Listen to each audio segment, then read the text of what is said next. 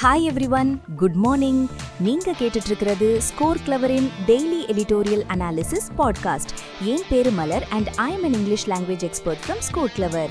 இந்த எடிட்டோரியலை பத்தி இன்னும் டீடைல்டா தெரிஞ்சுக்க ரீடிங் காம்ப்ரிஹென்ஷன் கொஸ்டின்ஸ் சால்வ் பண்ணி பார்க்க எங்க ஸ்கோர் கிளவர் வெப்சைட்டை விசிட் பண்ணுங்க. லிங்க் டிஸ்கிரிப்ஷன்ல இருக்கு.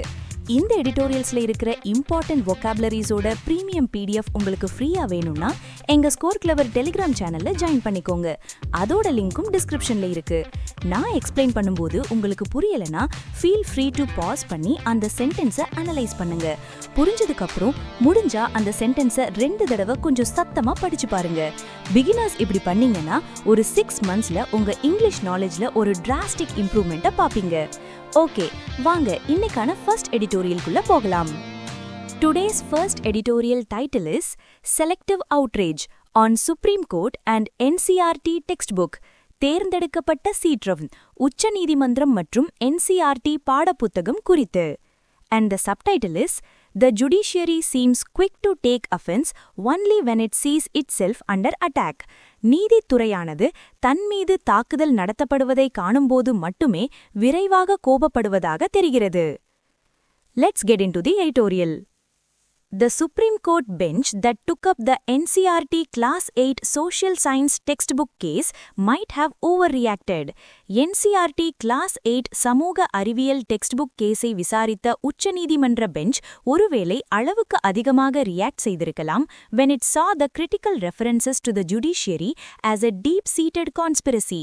நீதித்துறை பற்றிய விமர்சன குறிப்புகளை ஒரு ஆழமாக வேரூன்றிய சதி என்று பார்த்தபோது and declared that it will not allow anyone on earth to tarnish the judiciary's integrity. மேலும் இந்த பூமியில் உள்ள யாரையும் நீதித்துறையின் நேர்மையை களங்கப்படுத்த அனுமதிக்க மாட்டோம் என்று அறிவித்தபோது. While the government has expressed remorse, அரசாங்கம் வருத்தம் தெரிவித்திருந்தாலும் Education Minister Dharmendra Pradhan's statement that action will be taken against officials responsible for inserting references to case pendency and judicial corruption, வழக்குகளின் தேக்கம் மற்றும் நீதித்துறை ஊழல் பற்றிய குறிப்புகளை சேர்த்த அதிகாரிகளுக்கு எதிராக நடவடிக்கை எடுக்கப்படும் என்று கல்வி அமைச்சர் தர்மேந்திர பிரதானின் அறிக்கை is an exercise in executive arbitrariness prompted by judicial overreach. நீதித்துறையின் வரம்பு மீறலால் தூண்டப்பட்ட நிர்வாகத்தின் தன்னிச்சையான ஒரு செயலாகும். In fairness to the court, நீதிமன்றத்திற்கு நியாயமாக பார்த்தால் it would likely not have taken offense to the passages had these had been in any other book. இந்த பகுதிகள் வேறு எந்த புத்தகத்தில் இருந்திருந்தாலும் அது கோபப்பட்டிருக்காது. But textbooks are official, authoritative accounts. ஆனால் பாடப்புத்தகங்கள் என்பவை அதிகாரப்பூர்வமான நம்பகமான பதிவுகள். And the judiciary found the passages ill-motivated. மற்றும் நீதித்துறையானது இந்த பகுதிகளை கெட்ட நோக்கத்துடன் எழுதப்பட்டதாக கண்டது. Instances of judicial corruption are real. நீதித்துறை ஊழல் சம்பவங்கள் உண்மையானவை. And censoring textbooks is not a corrective measure. மற்றும் பாட புத்தகங்களை தணிக்கை செய்வது ஒரு சரியான நடவடிக்கை அல்ல. Since the BJP came to power, பாஜக ஆட்சிக்கு வந்ததிலிருந்து rewriting school and college textbooks has been a key part of its agenda. பள்ளி மற்றும் கல்லூரி பாடப்புத்தகங்களை மாற்றி எழுதுவது அவர்களின் செயல் திட்டத்தின் ஒரு முக்கிய பகுதியாக இருந்து வருகிறது. Right-wing commentators often find judicial judgments, such as those giving precedence to the environment as against development or worse, as against religious practices of Hindus, உதாரணமாக வளர்ச்சிக்கு எதிராக சுற்றுச்சூழலுக்கு முன்னுரிமை கொடுக்கும் தீர்ப்புகளை அல்லது இன்னும் மோசமாக இந்துக்களின் மத நடைமுறைகளுக்கு எதிரானதாக பார்க்கிறார்கள். எனவே அவை தேசியவாதமற்றவை அல்லது இந்தியாவின் பெரும்பான்மையான மக்களுக்கு நன்மை பயக்காதவை என்று கருதுகிறார்கள். An advisor to the Prime Minister recently called the judiciary the single biggest obstacle to development. சமீபத்தில் பிரதமரின் ஆலோசகர் ஒருவர் வளர்ச்சிக்கு மிகப்பெரிய ஒற்றை தடையாக நீதித்துறை இருப்பது என்று கூறினார். The court, perhaps, saw the textbook as an attempt to intimidate the judiciary. நீதிமன்றம் ஒருவேளை இந்த பாடப்புத்தகத்தை நீதித்துறையை மிரட்டும் ஒரு முயற்சியாக பார்த்திருக்கலாம். Some of the sentences were indeed in the form of a broad-brushing social media assertions not carefully constructed with rigor. சில வாக்கியங்கள் உண்மையில் கடுமையுடன் கவனமாக உருவாக்கப்படாமல் சோஷியல் மீடியாவில் பொதுப்படையாக சொல்லப்படும் கருத்துக்களைப் போல இருந்தன. The textbook, for instance, said people do experience corruption at various levels of the judiciary. உதாரணமாக அந்த பாடப்புத்தகம் மக்கள் நீதித்துறையின் பல்வேறு மட்டங்களில் ஊழலை அனுபவிக்கிறார்கள் என்று கூறியது. And went on to describe complaints and redressal mechanisms. மேலும் புகார்கள் மற்றும் தீர்வு வழிமுறைகளை விவரிக்கச் சென்றது. But such critical references had been used in chapters dealing with the government or the political executive as well. ஆனால் இத்தகைய விமர்சன குறிப்புகள் அரசாங்கம் அல்லது அரசியல் நிர்வாகத்தை கையாளும் அத்தியாயங்களிலும் பயன்படுத்தப்பட்டுள்ளன. The chapter on elections had a picture of currency notes apparently found in the car of a candidate. தேர்தல்கள் பற்றிய அத்தியாயத்தில் ஒரு வேட்பாளரின் காரில் கண்டுபிடிக்கப்பட்டதாக கூறப்படும் ரூபாய் நோட்டுகளின் படம் இருந்தது. The textbook writers probably aimed to spark critical awareness, not offer bland tutorials in civic studies.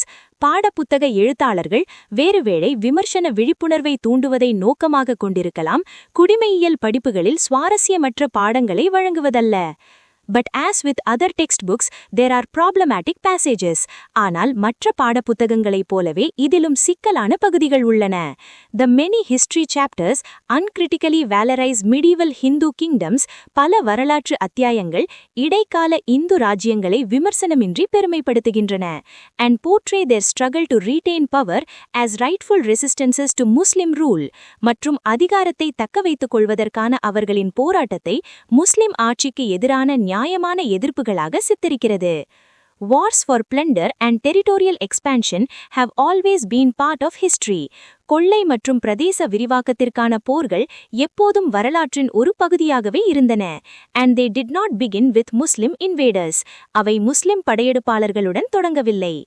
Chapters on Muslim kingdoms briefly refer to Akbar's tolerance and Babur's intellectual curiosity but remain largely negative. முஸ்லிம் ராஜ்யங்கள் பற்றிய அத்தியாயங்கள் அக்பரின் சகிப்புத்தன்மை மற்றும் பாபரின் அறிவுசார்பு ஆர்வத்தை சுருக்கமாக குறிப்பிடுகின்றன, ஆனால் பெரும்பாலும் எதிர்மறையாகவே இருக்கின்றன.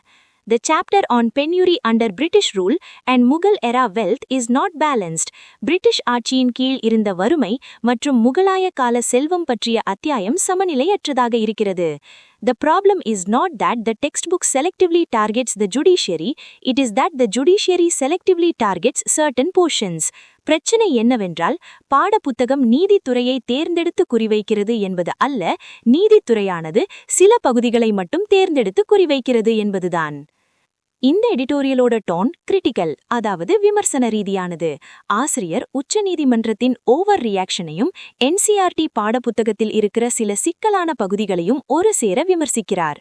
குறிப்பாக நீதித்துறையின் இந்த தேர்ந்தெடுத்த கோபத்தை கடுமையாக விமர்சிக்கிறார். அதனால இதோட டோன் கிரிட்டிக்கல்.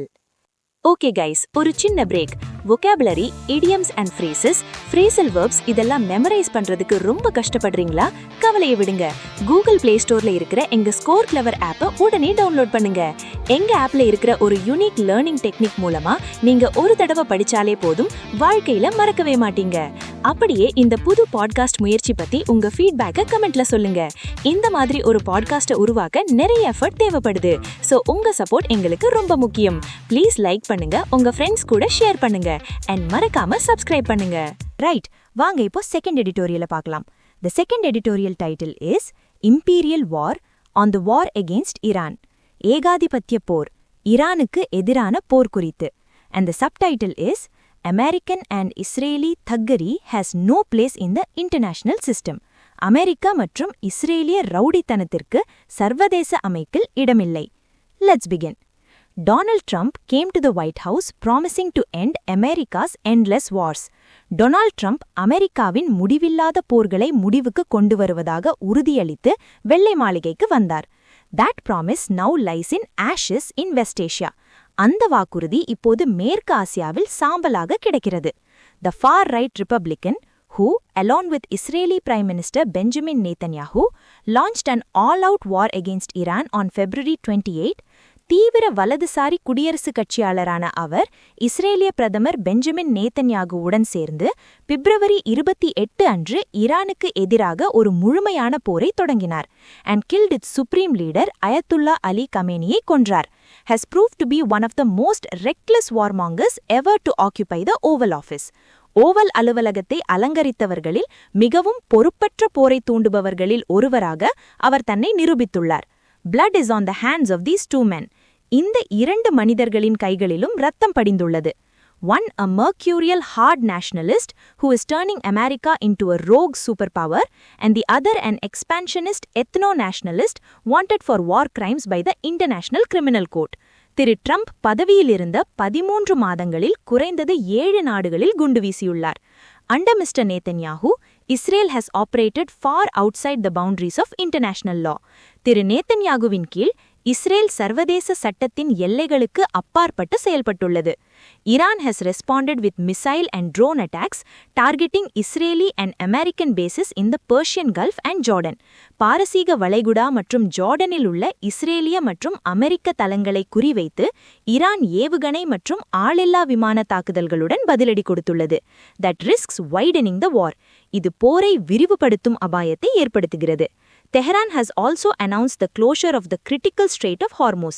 Tehran முக்கியமான ஹார்முஸ் ஜலசந்தியை மூடுவதாகவும் அறிவித்துள்ளது. A move that risks a global economic fallout, especially for major oil importers such as India. இந்த நடவடிக்கை உலகளாவிய பொருளாதார வீழ்ச்சிக்கு, குறிப்பாக இந்தியாவை போன்ற முக்கிய எண்ணெய் இறக்குமதியாளர்களுக்கு ஆபத்தை ஏற்படுத்துகிறது. To be clear, this is not a preemptive war as Israel has claimed. தெளிவாக சொல்வதானால் இஸ்ரேல் கூறுவது போல் இது ஒரு முன்கூட்டியே தடுக்கும் போர் அல்ல. There was no evidence that Iran was preparing to launch an attack. Iran ஒரு தாக்குதலை தொடங்க தயாராகி வருகிறது என்பதற்கு எந்த ஆதாரமும் இல்லை. On the contrary, Tehran was involved in serious negotiations with Washington under Omani mediation. மாறாக தெஹரான் ஓமன் மத்தியஸ்தத்தின் கீழ் வாஷிங்டனுடன் தீவிர பேச்சுவார்த்தையில் ஈடுபட்டிருந்தது. On February 27, Oman's foreign minister Badr al-Buzaidi said that a deal was within reach. பிப்ரவரி 27 அன்று ஓமன் வெளியுறவு அமைச்சர் பதர் அல்-புசைதி ஒரு ஒப்பந்தம் கைக்கெட்டும் தூரத்தில் இருப்பதாக கூறினார். Based on Iran's commitment not to build a bomb or stockpile nuclear material. Iran ஒரு குண்டை தயாரிக்காது அல்லது அணுப்பொருட்களை சேமிக்காது என்ற அதன் உறுதிமொழியின் அடிப்படையில் within hours, American and Israeli missiles struck Iran. சில மணி நேரங்களில் அமெரிக்க மற்றும் இஸ்ரேலிய ஏவுகணைகள் ஈரானை தாக்கின. Killing its head of state and top leaders. அதன் நாட்டு தலைவர் மற்றும் உயர்மட்ட தலைவர்களை கொன்றன.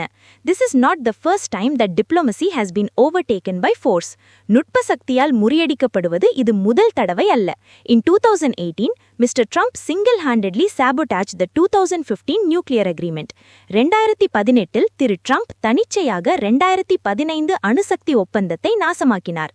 In June 2025, while Iran was negotiating with the US, Israel launched a unilateral attack, triggering the 12-day war. June 2025 Iran அமெரிக்காவுடன் பேச்சுவார்த்தை நடத்தி கொண்டிருக்கும் போது இஸ்ரேல் ஒரு ஒருதலைப்பாட்டு தாக்குதலை தொடங்கி 12 நாள் போரை தூண்டியது. This time, however, the attack is far more dangerous. இந்த முறை இருந்தபோதிலும் தாக்குதல் மிகவும் ஆபத்தானது. This war is not about giving Iranians their freedom as Mr. Trump has claimed. Thiru Trump கூறுவது போல் இந்த போர் ஈரானியர்களுக்கு அவர்களின் சுதந்திரத்தை கொடுப்பது பற்றியதும் அல்ல. The US maintains close ties with several repressive monarchies and dictatorships. America பல அடக்குமுறை முடியாட்சிகள் மற்றும் சர்வாதிகாரங்களுடன் நெருங்கிய உறவுகளை பேணி வருகிறது. Where freedom rarely enters the equation. அங்கு சுதந்திரம் என்பது அரிதாக கணக்கில் எடுக்கப்படுகிறது. Nor has Washington shown any qualms about Israel's crimes against the defenseless, stateless Palestinian people. பாதுகாப்பற்ற நாடற்ற பாலஸ்தீனிய மக்களுக்கு எதிரான இஸ்ரேலின் குற்றங்கள் குறித்து வாஷிங்டன் எந்த மனக்கவலையையும் காட்டவில்லை. This is a war of choice. இது விருப்பத்தின் பேரில் நடக்கும் போர். Launched to eliminate an adversary and reshape the region to suit American and Israeli interests. ஒரு எதிரியை ஒழிக்க மற்றும் அமெரிக்க மற்றும் இஸ்ரேலிய நலன்களுக்கு ஏற்ப பிராந்தியத்தை மறுசீரமைக்க தொடங்கப்பட்டது. Such thuggery cannot be accepted in the international system. இத்தகைய ரவுடித்தனத்தை சர்வதேச அமைப்பில் ஏற்றுக்கொள்ள முடியாது. The war machines of the imperial duo have already wrecked the region. இந்த ஏகாதிபத்திய இரட்டையரின் போர் இயந்திரங்கள் ஏற்கனவே இப்பகுதியை நாசமாக்கிவிட்டன. Before the fire spreads further, this war must end. நெருப்பு மேலும் பரவுவதற்கு முன் இந்த போர் முடிவுக்கு வர வேண்டும். America should step back and Israel must be reined in. இல்லாவிட்டால் ஈவவதி காலத்தில் எந்த அடையாளமும் முழுமையாக சிதைக்கப்படும். So that's it for today's editorials. Wait. போறதுக்கு முன்னாடி ஒரு எக்ஸைட்டிங் நியூஸ்.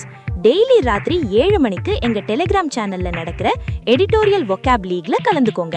இது எடிட்டோரியல் vocabularyக்கான IPL மாதிரி. Monthly leagues, daily scores and exciting ரிவார்ட்ஸ்னு செம்மையா இருக்கும். உங்க vocabulary ஸ்கில்ல டெஸ்ட் பண்ணி மத்தவங்களோட காம்பீட் பண்ண இது ஒரு சூப்பர் சான்ஸ்.